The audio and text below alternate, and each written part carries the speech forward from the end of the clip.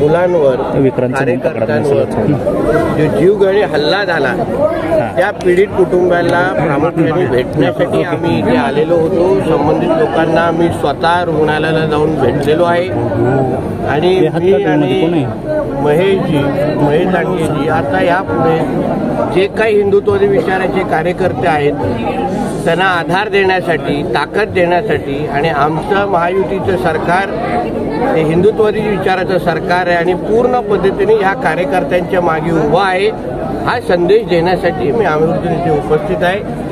काही डिपार्टमेंटमधले सडके यांच्यामुळे आमच्या आदरणीय देवेंद्र फडणवीस यांचं नाव खराब होत आहे, त्याहीबद्दल आम्ही पूर्ण माहिती घेतलेली आहे की कोणी काय मस्ती केलेली आहे, कुठल्या पीआयने कसं आमच्या कार्यकर्त्यांशी आणि त्या पीडितांशी वागलेलं आहे, कसं त्यांच्यावर हात उचललेला आहे आणि ही सगळी माहिती आम्ही आदरणीय देवेंद्रजींना गृहमंत्री साहेबांकडे पोहोचवल्यानंतर पुढे काय कारवाई करायची हे तुम्हाला निश्चित पद्धतीने दिसेल। साहेब लक्षात घ्या, हे ट्रेलर दाखवण्याचं काम आम्ही दोघांनी आलेलो आहे। माहिती तरी घेतली पाहिजे की बुलडोजर कुठे चालवला पाहिजे। आता यानंतर बुलडोजर देवा कुठे कुठे चालेल या त्या संबंधित लोकांना कळेल, कारण का आमच्या राज्यामध्ये राहून अशा पद्धतीची हिंमत कोण करू शकत नाही, हिंदुत्ववादी विचाराच्या कार्यकर्त्यांवर हात टाकू शकत नाही आणि प्रशासनामध्ये डिपार्टमेंटमधले काही अधिकारी अगर बसून आमच्याच हिंदुत्ववादी विचाराच्या कार्यकर्त्यांच्या विरोधात काम करत असतील,